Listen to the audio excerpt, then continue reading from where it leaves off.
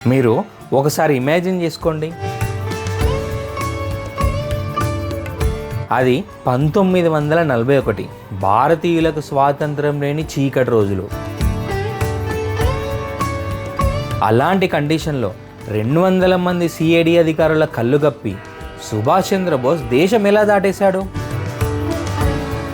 అసలు బోస్ ఎందుకు ఎస్కేప్ అవ్వాల్సి వచ్చింది? బోస్ మీద బ్రిటిష్ వాళ్ళు ఎందుకు పగబట్టారు? బోస్ని ఇండియాలో ఎందుకు చంపలేకపోయారు? ఒక మాస్టర్ మైండ్ రాసిన ది గ్రేట్ ఎస్కేప్ వెనుక ఉన్న అసలు మిస్టరీ ఏంటి ఈరోజు మన వీడియోలో చూద్దాం. 1939 రెండవ ప్రపంచ యుద్ధం ప్రారంభమైంది. ప్రపంచంలో ప్రళయం మొదలైంది. ఒకవైపు లక్షల మంది చనిపోతున్నారు.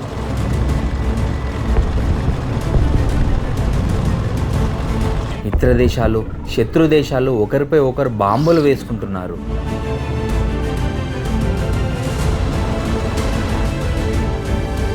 కానీ అదే సమయంలో మన బ్రిటిష్ ఇండియాలో రెండు సిద్ధాంతాల మధ్య కంటికి కనిపించని యుద్ధం జరుగుతుంది. ఒకవైపు గాంధీజీ దేశమంతటా తిరుగుతూ బ్రిటిష్ వారికి రెండవ ప్రపంచ యుద్ధంలో సహకరించాలని ప్రజలలో అవగాహన కలిగిస్తున్నాడు.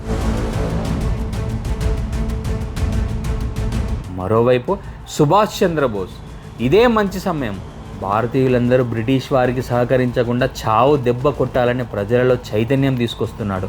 స్వతంత్ర కాంక్షను రగిలిస్తున్నాడు. సోదరులారా, అర్థం చేసుకోండి, one man difficulty is another man opportunity.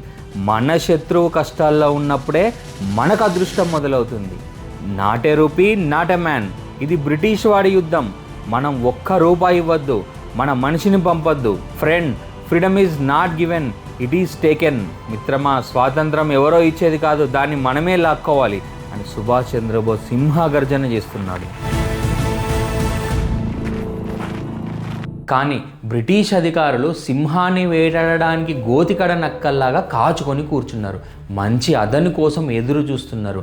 ఇదే సమయంలో ఈ బ్రిటిష్ గుంట నక్కలకి సుభాష్ చంద్రబోస్ని వేటాడే ఒక మంచి అవకాశం దొరికింది. అది 1940 జూలై 3 బ్రిటిష్ అధికారుల అబద్ధపు సాక్ష్యానికి ప్రతీక హోల్వేల్ కట్టడం. దాన్ని కూలుస్తాను, ఏం చేస్తారో చేసుకోండి అని బోస్ బ్రిటిష్ ప్రభుత్వానికి అల్టిమేటం జారీ చేశాడు. బోస్ గాంభీర్యానికి కలకత్తా అట్టుడికిపోయింది. బ్రిటిష్ ప్రభుత్వం వాళ్ళ ఇజ్జతి కాపాడుకోవడానికి జూలై 2, 1940 బోసుని ముందస్తు అరెస్టు చేశారు.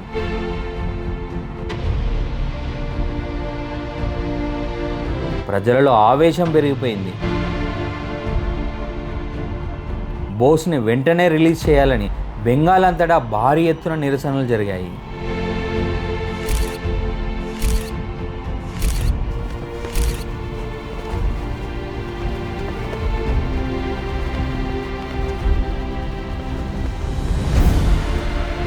బోస్ని కలకత్తాలోని ప్రెసిడెన్సీ జైల్లో పెట్టారు. బోస్ని జైల్లో పెట్టిన క్షణం నుండే సింహగర్జన మొదలైంది. ప్రతిరోజు జైలు బయట ప్రజల నిరసన, జైలు లోపల బోస్ గర్జన. బోస్ పడుకోలేదు, జైలు అధికారులను పడుకోనివ్వలేదు.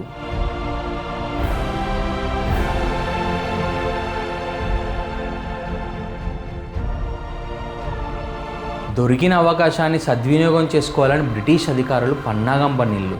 సింగిల్ పాయింట్ అజెండా, సుభాష్ చంద్రబోస్ని చంపేయాలి.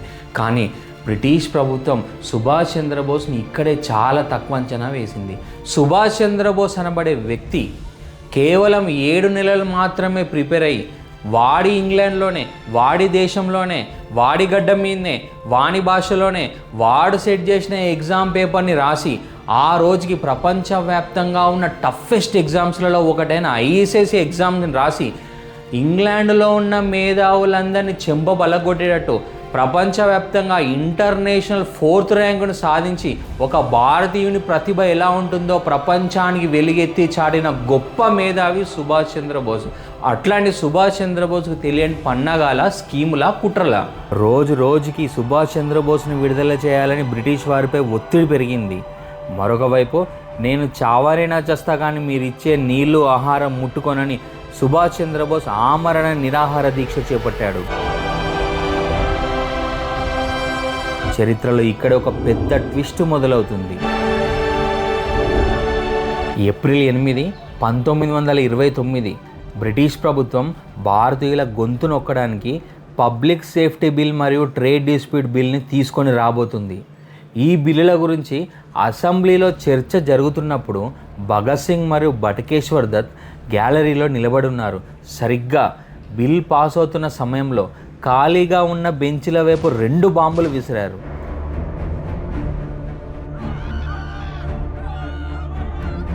పారిపోకుండా భగత్ సింగ్ బటకేశ్వర్లు లొంగిపోయారు. జైలు శిక్ష వేయకుండా ప్రభుత్వం ఉరిశిక్ష వేసింది. దేశవ్యాప్తంగా నిరసనలు వెల్లువెత్తాయి. సుభాష్ చంద్రబోస్ నాయకత్వంలో యువజన సేన నిప్పులు కురిపించింది. కానీ బ్రిటిష్ ప్రభుత్వ ఆలోచన మాత్రం వేరు. విప్లవాన్ని అణచివేయాలి, వయలెన్స్ అనే రుచి భారతీయులకు తెలియకూడదు అనే కుట్రతో ఉరిశిక్ష వేశారు. ఇప్పుడు భగత్ సింగ్ జైల్లో ఉన్నప్పుడు కొన్ని లేఖలు రాశాడు. నేను చిందించే ప్రతి రక్త బొట్టు నుండి మరో భగత్ సింగ్ పుడతాడు. భగత్ సింగ్ జీవించలేకపోయినా ఆయన ఉరి తర్వాత ఆయన స్ఫూర్తితో కొన్ని లక్షల మంది భగత్ సింగ్లు పుట్టుకొచ్చారు. భగత్ సింగ్ను చంపిన ఆనందంలో ఉన్న బ్రిటిష్ వాళ్ళకి ఇదొక చావు దెబ్బ. భగత్ సింగ్ భావాజాలంతో ఉన్న సుభాష్ చంద్రబోస్ కనుక జైల్లో మరణిస్తే కొన్ని కోట్ల మంది సుభాష్ చంద్రబోసులు మళ్ళీ పుడతారు. వాళ్ళందరూ కలిసి బ్రిటిష్ ప్రభుత్వానికి ఘోరి కడతారు. అంటే సుభాష్ చంద్రబోస్ బ్రతికుండడం వల్ల వచ్చే నష్టం కంటే సుభాష్ చంద్రబోస్ చనిపోతేనే బ్రిటిష్ ప్రభుత్వానికి ఎక్కువ నష్టం వాటిల్లేటట్లున్నదని గ్రహించి సుభాష్ చంద్రబోస్ని జైల్లో ఏం చేయకుండా వాళ్ళ ప్రయత్నాన్ని విరమించుకున్నారు. కానీ అప్పటికే సుభాష్ చంద్రబోస్ ఆమరణ నిరాహార దీక్ష మొదలుపెట్టిండు. ఇప్పుడు బ్రిటిష్ ప్రభుత్వం యొక్క పరిస్థితి కుడితిలబడ్డ ఎలుకలాగా అయింది. అటు చాతగాని బ్రిటిష్ ప్రభుత్వం సుభాష్ చంద్రబోస్ని జైళ్ళ నుండి బయటికి విడుదల చేయలేదు, జైళ్లను ఉంచుకోలేని పరిస్థితి.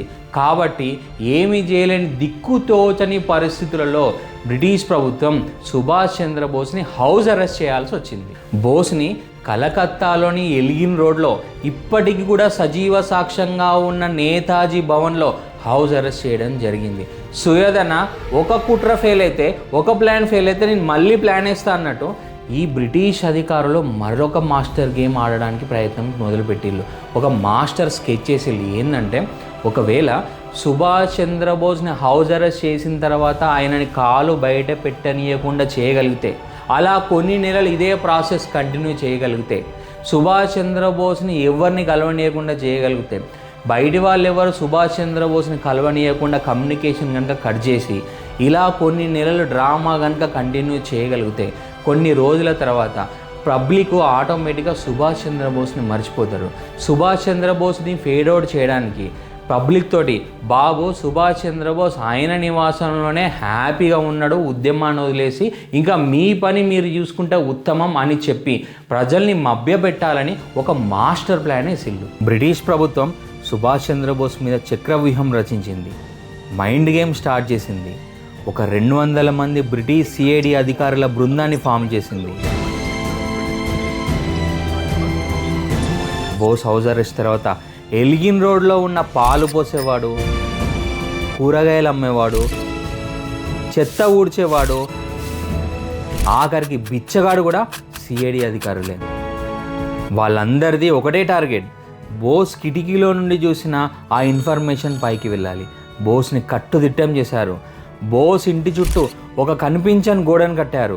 బోస్ని ఒంటరిని చేసేశారు. బోస్కి అనారోగ్యం మొదలైంది. డాక్టర్ని ఏర్పాటు చేయలేదు. దీంతో బోస్ ఎవరిని కలవడానికి ఇష్టపడలేదు. తన గదిలో కేవలం తన మేనల్లుడు శిశిర్ బోస్ని మాత్రమే రానిచ్చేవాడు. బయటికి మంచి భోజనం పంపుతున్నామని సమాజానికి చూపిస్తూనే లోపల బోస్ని అనారోగ్యంతో మంచం పట్టేలా చేసి ఏమైనా చేయాలని గేమ్ స్టార్ట్ చేశారు. ఇంటి చుట్టూ పెద్ద పెద్ద పరదాలు ఏర్పాటు చేశారు. అక్కడ ఉన్న గూఢాచారులకి లోపల కేవలం బోస్ నీడ మాత్రమే కనిపించేలా ఏర్పాటు చేసుకున్నారు. కొన్ని రోజుల తర్వాత బోస్ని కోర్టులో ప్రవేశపెట్టే వాయిదా తేదీ వచ్చింది. చాలా రోజుల నుండి బోస్ కనిపించకపోయేసరికి బోసును చూడడానికి, బోస్ ఏం చెప్తాడో వినడానికి విలేకరులు, మేధావులు, ఉద్యమకారులు కోర్టుకు తండోపతండాలుగా తరలివచ్చారు. దేశభక్తులతో కోర్టు హౌస్ఫుల్ అయిపోయింది. బోసుని కల్లారా చూడాలని, ఆయన మాట్లాడితే వినాలని ఎంతో ఆతృతగా ఎదురుచూస్తున్నారు. కానీ అందరికి అప్పుడే ఒక చెడు వార్త అందింది. ఈ వాయిదాకి బోసు రావడం లేదు అని. అందరు ఎంతో నిరాశతో వెనుదిరిగారు. కొంతమంది ఉద్యమకారులు ఇది బ్రిటిష్ వారి కుట్రతో పోల్చారు. కానీ మరోవైపు బ్రిటిష్ యంత్రాంగం పరిగెత్తడం మొదలైంది. సిఐడిలో సీటు చినిగిపోయింది. ఎందుకంటే హౌస్ అరెస్ట్ చేయబడిన సుభాష్ చంద్రబోస్ ఆయన నివాసం నుండి అదృశ్యం అయిపోయిండు. అప్పుడు బ్రిటిష్ వాళ్ళకి అర్థమైంది ఏంటంటే మైండ్ గేమ్లో ఆడుకోవాలంటే ఎంచక్కా ఆడుకోవచ్చు, కానీ ఒక మాస్టర్ మైండ్ తోటి మైండ్ గేమ్ ఆడొద్దని వాళ్ళకి అర్థమైంది. అసలు తెర వెనుక ఏం జరిగిందంటే, అనారోగ్యంతో ఉన్నట్లు బోస్ నటిస్తూనే తన మేనల్లుడితో ఒక పథకం రచించాడు. శిశిర్ బోస్ని కలవడానికి వచ్చిన ప్రతిసారి మారువేషం వేయడానికి సరిపడే సామాగ్రిని ఒక్కటిగా తేవడం మొదలుపెట్టాడు. అన్నీ సిద్ధమయ్యాక తన వాండరర్ కార్ల టైర్ మార్క్స్ పడకుండా టైర్లకి గుడ్డలు కట్టి ఆ కారుని అర్ధరాత్రి ఎవరికి శబ్దం రాకుండా వీధి చివరి వరకు నెట్టుకుంటూ వెళ్ళారు. నిర్మానుష్యమైన ప్రదేశంలో కారుని స్టార్ట్ చేశారు.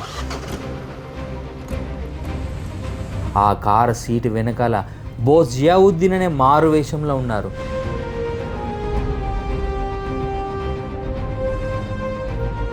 ఇప్పుడు సుభాష్ చంద్రబోస్ గౌరవార్థం నేతాజీ సుభాష్ చంద్రబోస్ గోమో జంక్షన్గా పిలువబడే స్టేషన్లో శిశిర్ ఆయన్ని డ్రాప్ చేశాడు.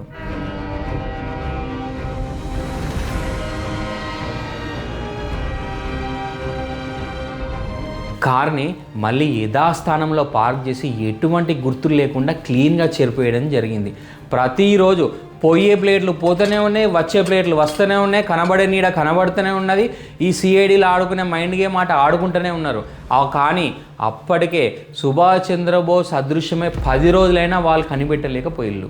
సుభాష్ చంద్రబోస్ మహమ్మద్ జియావుద్దీన్ వేషంలో పెషావర్కి చేరుకున్నాడు. అక్కడి నుండి ఒక టాంగాలో రహస్య ప్రదేశానికి వెళ్ళి అక్కడ ఆగా ఖాన్ అనే గిరిజన వ్యక్తిలా వేషం మార్చుకున్నాడు. పెషావర్ నుండి ఒంటెల మీద అత్యంత ప్రమాదకరమైన కొండల గుండా ప్రయాణించి కాబూల్కి చేరుకున్నాడు. తన పేరుని ఒర్లాండో మొజట్టా అనే ఇటాలియన్గా మార్చుకొని కాబూల్లో ఉన్న ఇటాలియన్ ఎంబసీలో ఒక ఫేక్ పాస్పోర్ట్ సంపాదించుకొని అక్కడి నుండి రష్యాలోకి ఎంటర్ అయ్యాడు. రష్యాలోని మాస్కోకి చేరుకొని అక్కడి నుండి రైల్లో ప్రయాణించి జర్మనీకి చేరుకున్నాడు బోస్. వీళ్ళ మైండ్ గేమ్ ఆడుకునే గ్యాప్లోనే బోస్ కొన్ని వేల కిలోమీటర్లు మంచుకొండలు, ఎడార్లు దాటి మారువేషంలో ఉన్న జర్మనీలో ప్రత్యక్షమయ్యాడు. ఈ విధంగా సుభాష్ చంద్రబోస్ మాకంటే గొప్పవాడు ఎవడు లేనని విర్రవీగే బ్రిటిష్ వాళ్ళ చెంపలు వాయించి వాళ్ళ అహం మీద దెబ్బ కొట్టిండు. మన దేశ హిమాలయాల్లో ఉన్న అత్యంత రహస్యమైన సరస్సు రూప్కుండ్ సరస్సు. మరి ఈ రూప్కుండ్ సరస్సుకి మన భారతదేశం నుండి బోస్ ఎస్కేప్ కావడానికి మధ్యలో ఏమైనా లింక్ ఉందా? ఈ రహస్యాన్ని తెలుసుకోవాలంటే వెంటనే ఛానల్ని సబ్స్క్రైబ్ చేసుకోండి. మన ఛానల్లో నెక్స్ట్ ఎపిసోడ్లో వస్తుంది. ఇక్కడ దాకా నా వీడియో చూసినందుకు హార్ట్ఫుల్ థ్యాంక్స్ అండి. నేను మీ హరీష్ కోటాని, సైనింగ్ ఆఫ్.